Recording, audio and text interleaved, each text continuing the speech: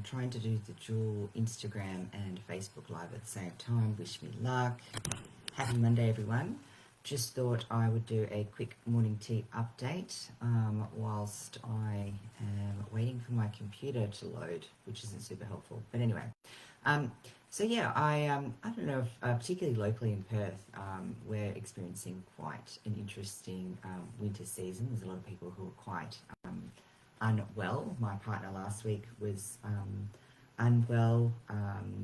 Got some people at work that are sick, and yeah, even coaches and so on that have needed some time for health reasons and so on as well. So it seems like it's a pretty bad sort of cold and flu season, and there's other things that are popping up such as gastro and not to mention the word that shall remain nameless that we've all been battling since 2020.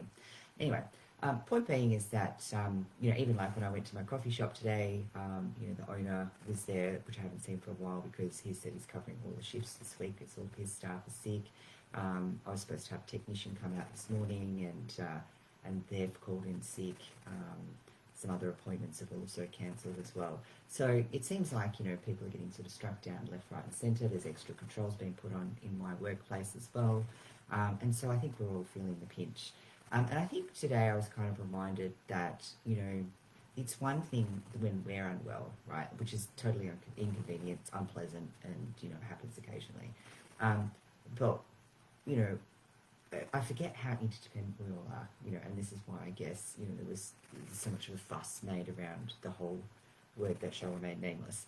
But yeah, essentially, when one of us go down, it actually has a ripple effect on, the people in our lives, but also the people who rely on us for whatever that reason that may be.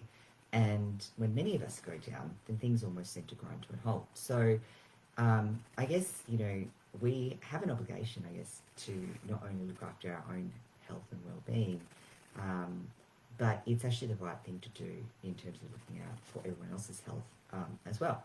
Now, I'm suggesting that we all kind of, and we all, most of us would probably care about wanting to see other people happy and healthy as well, right?